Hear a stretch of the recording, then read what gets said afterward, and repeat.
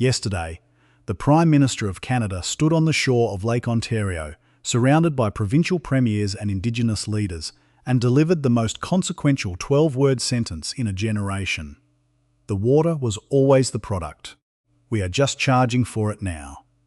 Within 48 hours, that single line wiped $250 billion off global markets, sent shockwaves through Wall Street, and permanently altered the geopolitical calculus between Ottawa and Washington. The immediate corporate casualties tell the story. PepsiCo's stock crashed 15%, while Coca-Cola dropped 11%. A staggering $270 billion in market capitalization simply evaporated from the consumer beverage sector. Mainstream media is reporting this as a sudden, aggressive trade dispute, a volatile escalation from an old neighbour. But that narrative completely misses the deeper strategic architecture. This is not a rash political stunt, nor is it a standard trade war. This morning, a detailed breakdown of the legislative framework landed on my desk, and it confirms what the markets are slowly beginning to realise. Canada has just weaponised its natural resource sovereignty in a way no international treaty can block. Make sure you are subscribed to Canada SR and hit that like button, because we are pulling back the curtain on a structural shift that will redefine global commerce to understand why the global beverage industry was completely blindsided. We have to look at the timeline of how this surgical operation was put together. For decades, multinational corporations treated Canadian freshwater as a free input, extracting billions of litres for nominal administrative fees and selling it back to consumers at markups exceeding 10,000%. Here is the timeline to keep the sequence clear. Throughout the late 20th century, Canada built its trade relationships on the assumption of deep resource integration with the United States. In 1994, under the original NAFTA, and later in 2020, under the renegotiated USMCA, Ottawa carefully fought to ensure one critical exemption. Water in its natural state was explicitly excluded from the trade provisions. That historical boundary laid the groundwork for what happened last week, months ago, behind closed doors in Ottawa. Legal teams from the Department of Justice and natural resource economists began quietly drafting the Canadian Sovereign Water Resource Extraction Act. The political execution was flawless. Parliament passed the legislation with rare, unanimous support from every major political party, neutralising any foreign lobbying efforts before corporate America even realised the bill was on the floor. Yesterday, that quiet legislative process became binding law. The official story from Washington is that this tax is an illegal, discriminatory barrier that violates the spirit of North American free trade. The White House immediately threatened massive retaliation, and the US Trade Representative labelled the act an unprecedented assault on American brands. But here is the other half of the story that most coverage has missed. The legal architecture beneath this act rests on an ironclad principle of international law that no executive order from Washington can touch. Absolute domestic resource sovereignty. The USMCA has zero jurisdiction here because water was never part of the deal. The World Trade Organization has no mechanism to intervene because a sovereign nation possesses the absolute right to tax the extraction of resources within its own borders. Furthermore, because the tax applies to every single commercial extractor operating on Canadian soil regardless of their national origin. It is completely non-discriminatory under global trade definitions. The strategic brilliance of the Act lies in its tiered mechanism, which targets high-volume commercial operations with mathematical precision. Tier 1 protects municipal systems and small-scale agriculture with nominal symbolic fees. Tier 2 hits medium commercial operations at absorbable rates. Then comes the third tier, the freight train that ran over Wall Street. It applies exclusively to industrial operations that extract fresh water for commercial sale, either as the primary product or as the primary ingredient by volume. A can of Coca-Cola is 90% water. A bottle of Pepsi is the same. Gatorade is 94% water. Brands like Dasani and Aquafina are literally municipal water that has been filtered and upcharged. For over a century, the entire global beverage sector built its profit margins on the assumption that its primary ingredient would cost exactly zero at the point of extraction. Coca-Cola's legendary 60% gross margin exists because water was economically invisible, By introducing an extraction tax that translates to a cost increase of 7 to 12 cents per can, Canada didn't just levy a fee. It fundamentally re-engineered the margin structure of the consumer goods industry. This cost increase compounds through every layer of production, logistics, and distribution. The market response was brutal, but it revealed a fascinating structural divergence. PepsiCo crashed significantly harder than Coca-Cola, dropping 15% compared to Coke's 11%. This is not a coincidence. It is a reflection of structural exposure that the market had never previously priced. PepsiCo's Canadian bottling operations represent a larger percentage of its total global revenue than Coca-Cola's Canadian footprint does for its respective parent company. Additionally, PepsiCo owns Frito-Lay, which operates massive food processing facilities across Canada. These facilities use vast quantities of Canadian water for chip production, flavouring, and industrial preparation. Pepsi was hit with a double blow. Its beverage margins were squeezed and its snack food infrastructure was exposed simultaneously. Because Pepsi operates on thinner blended margins due to its diversified food portfolio, the exact same water tax caused a much larger percentage contraction in its overall profitability. But why did a localized tax in a G7 country trigger a $270 billion global sell-off? The answer is simple. Wall Street is not pricing a Canada event. It is pricing a global precedent. If a stable, rule-of-law Western democracy like Canada can successfully reprice freshwater extraction, the old corporate assumption that water will remain free forever, everywhere is dead. The producing nations of the world are watching closely. Brazil holds the Amazon basin. Russia controls Lake Baikal. Indonesia, Norway, Sweden, and Finland hold massive global freshwater reserves. Every single one of these jurisdictions now has a fully tested, legally unchallengeable template to turn their freshwater networks into sovereign revenue engines. The sovereignty trap is so tightly wound that it has completely paralyzed Washington's ability to respond. When reporters asked the White House press secretary if the administration would legally challenge Canada's right to tax its own resources, the non-answer spoke volumes. The administration cannot attack the core principle of resource taxation without legally destroying its own domestic economy. If the United States argues that a sovereign entity cannot tax the extraction of its natural assets, it undermines the exact legal authority that allows Texas to tax oil, Alaska to tax minerals, and Western states to manage their own water permits. Washington cannot fight Canada without disarming itself at home. Even the world's most legendary investors are admitting they missed the baseline foundation of the consumer market. Warren Buffett, whose Berkshire Hathaway firm holds 400 million shares of Coca-Cola, a position he has famously called a forever hold for nearly 40 years, addressed the crisis with stunning candor. He admitted that for nearly 4 decades, he believed Coca-Cola's moat was entirely built on brand recognition, global logistics, and consumer loyalty. But underneath that moat was a hidden foundation: free water. Buffett openly compared the current situation to the 1973 oil crisis, noting that just as global industry had to permanently and painfully restructure when oil-producing nations seized control of energy pricing, the exact same transformation is now hitting water.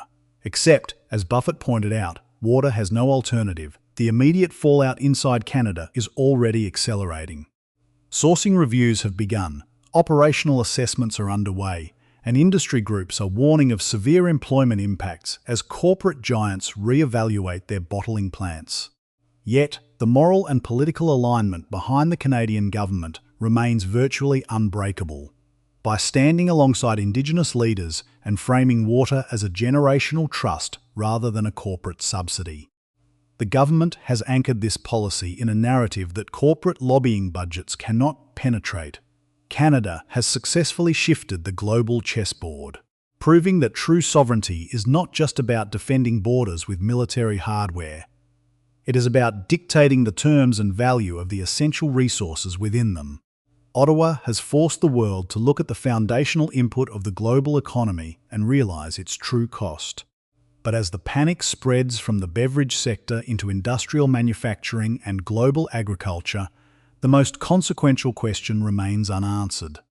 That unanswered question goes to the very heart of the legislative design: exposing the hidden engineering of a policy that was built to withstand the heaviest financial retaliation corporate America could muster.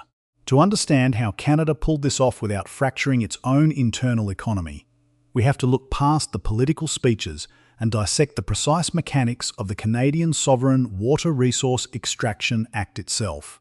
This is where the structural trap becomes absolute.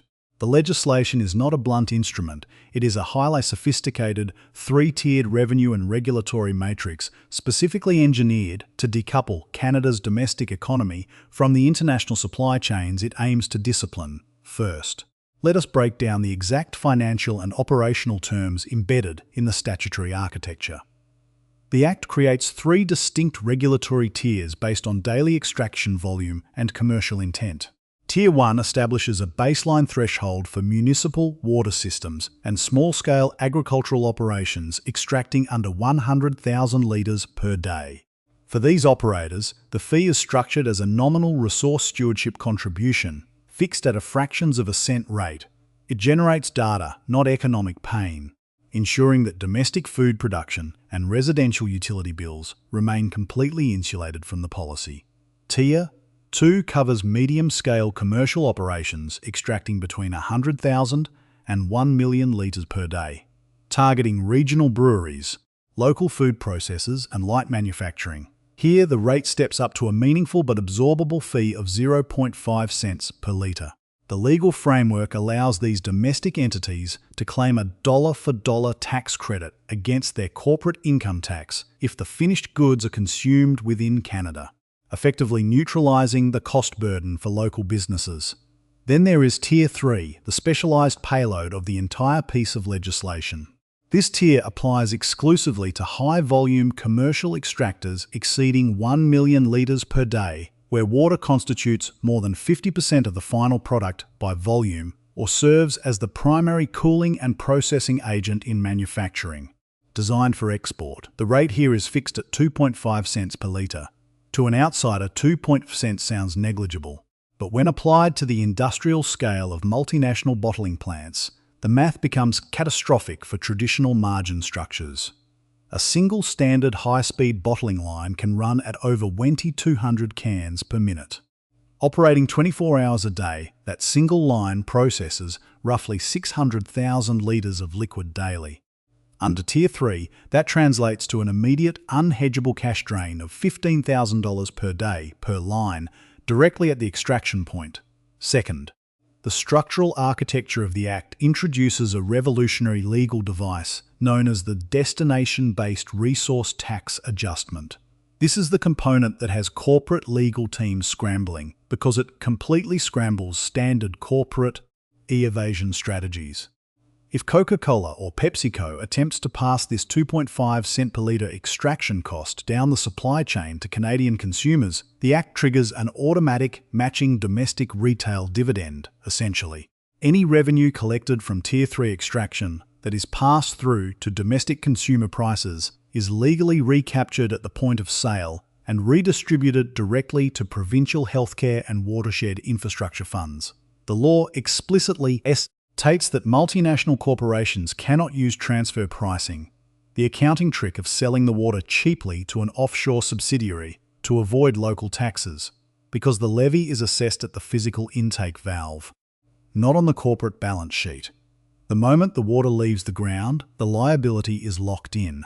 The financial terms dictate that the tax must be paid monthly in Canadian dollars directly to the Receiver General of Canada, creating an immediate, non-negotiable cash flow drain for companies operating on razor-thin cash cycles. Third, we must analyse the key institutional players who formed the unified front behind this policy, revealing why standard corporate lobbying utterly failed to halt its passage. The strategy required absolute alignment between three historically combative factions: the federal government in Ottawa, the provincial premiers, and the leadership of the First Nations. Under the Canadian Constitution, natural resources are explicitly managed by provincial governments, meaning Ottawa could not legally pass a federal resource tax without triggering a constitutional crisis. To solve this, the deal architecture utilises a shared revenue treaty framework. While the federal government passed the overarching legislative standards under its peace, order, and good government constitutional powers, the actual collection and enforcement mechanisms are executed via intergovernmental agreements with the provinces. In exchange for enforcement, 80% of the revenue collected within any given province stays directly in that province's treasury. This financial reality explains why the Conservative Premier of Ontario and the Progressive Premier of British Columbia stood side by side behind the Prime Minister.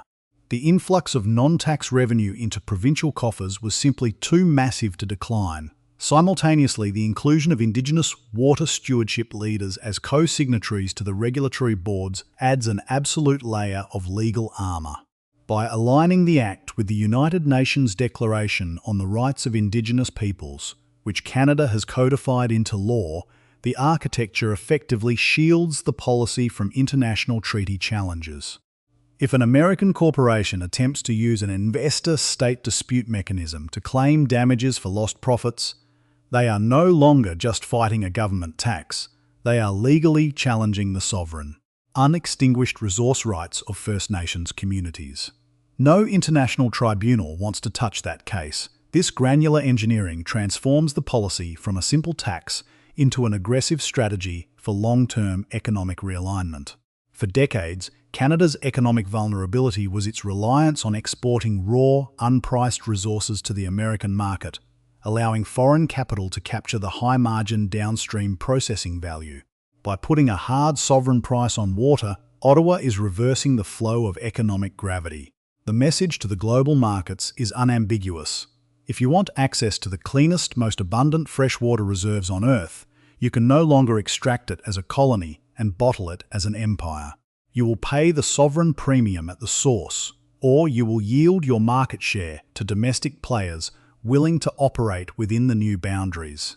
The financial markets have already begun calculating the secondary effects of this structural shift, looking past the immediate carnage in consumer stocks toward the deeper plumbing of global logistics. By pricing the absolute foundation of industrial manufacturing, Canada has effectively disrupted the global pricing mechanisms for everything from semiconductor fabrication to green hydrogen production, both of which require millions of gallons of ultra-pure water daily if you want clear, fact-driven analysis that cuts through the corporate public relations spin and explains how resource nationalism is actively rewriting the rules of global wealth.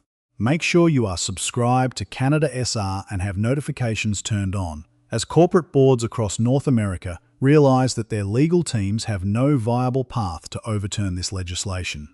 Attention is shifting from anger to operational survival. The initial shockwave on Wall Street has settled into a cold, calculated assessment of what a world with priced water actually looks like. The major beverage giants are already quietly preparing their next moves, recognizing that a purely defensive legal strategy is a losing battle against settled sovereign law. But as these multinational entities prepare to adjust their supply chains, they are uncovering a hidden vulnerability within their own logistical networks that cannot be solved by simply moving factories or switching suppliers. Canada's surgical implementation of the Sovereign Water Resource Extraction Act has delivered a structural masterclass in resource nationalism, turning an invisible corporate input into a legally unchallengeable instrument of state power that has completely upended Wall Street's margin models. By locking the extraction tax at the physical intake valve and fortifying it with internal, provincial and Indigenous alliances, Ottawa has created a precedent that cannot be dismantled by international tribunals or foreign corporate lobbying. Now, we have to zoom out to the broader strategic implications, because this move signals a profound restructuring of the entire North American geopolitical architecture. For decades, Canada-US relations operated under a predictable, continentalist consensus, what we can call the pre-Trump era. Under that old framework, Ottawa routinely absorbed economic pressure from Washington, relying on bilateral institutions, predictable legal arbitration, and standard trade concessions to smooth over friction in sectors like softwood lumber or dairy. Security and economic integration were viewed as a one-way street, where Canada provided raw, unpriced materials to fuel American industrial manufacturing. while accepting a subordinate role in downstream wealth creation. But the landscape has fundamentally fractured. The rise of aggressive, transaction-based protectionism in Washington broke the old Continental Pact, teaching middle powers a harsh lesson in geopolitical survival: reliance on a single, increasingly volatile trading partner is a systemic vulnerability. The Canadian water tax represents the first major counter-offensive in this new era of raw strategic realism. Ottawa is no longer playing defence within a broken trade framework. It is leveraging its unique asymmetric resource advantages to establish an entirely new vocabulary of deterrence. This is a direct shot across the above American economic hegemony, proving that if Washington intends to use tariffs and executive actions to protect its domestic industries, Canada can use sovereign resource taxation to exploit the structural vulnerabilities at the heart of America's most iconic consumer brands. The strategic shockwaves of this policy are already rippling far beyond the consumer beverage sector, destabilizing key alliances and accelerating an entirely new category of resource-driven competition. Consider the semiconductor and high-tech manufacturing sectors, industries that both Washington and Brussels have spent hundreds of billions of dollars trying to onshore through aggressive industrial subsidies. A modern semiconductor fabrication plant consumes millions of gallons of ultra-pure water daily to wash silicon wafers. By demonstrating that fresh water can be targeted by sovereign extraction levies, Canada has effectively injected a massive, unmodelable geopolitical risk variable into the balance sheets of advanced technology supply chains. Global alliances are rapidly adapting to this new reality as other resource-rich nations realize Canada has just handed them the ultimate economic blueprint. The quick, reactive announcements from Brazil's Environment Ministry regarding the Amazon basin and the European Parliament's sudden focus on harmonized water accountability frameworks prove that the international community recognizes the sheer leverage of resource control. We are transitioning out of an era defined by cheap, frictionless global supply chains and entering an era of resource balkanization, where nations with physical custody of essential assets dictate the survival of multinational corporate margins. The geopolitical calculus between Ottawa and Washington is now operating on a knife edge. The White House's initial, blustering threats of sweeping retaliation have run completely aground because the US administration cannot attack Canada's domestic resource sovereignty without legally dismantling its own state-level revenue engines. Furthermore, Washington is waking up to the reality that a prolonged, scorched earth trade war over water could instantly jeopardize American access to Canada's vast critical mineral reserves and clean energy exports, the exact inputs required to power the ongoing artificial intelligence boom and continental defense manufacturing. Canada has effectively executed a high-stakes geopolitical pivot, shifting from a passive supplier to an assertive gatekeeper of the continent's foundational assets. By forcing Wall Street and Washington to absorb the real, sovereign cost of its natural resources, Ottawa has drawn an unambiguous line in the sand, demonstrating that Canadian sovereignty is no longer a rhetorical talking point, but an active, priced reality in global commerce. Yet, as the global market capitalization continues to adjust and multinational corporations scramble to restructure their logistical footprints, the strategic chess match is far from over. The next critical juncture will not be determined in a corporate boardroom or through a standard trade tribunal, but in the immediate legislative reactions of neighbouring jurisdictions. The world is watching to see who moves next to replicate this sovereign model. But as the international precedent cascade accelerates, the single most dangerous decision point is quietly approaching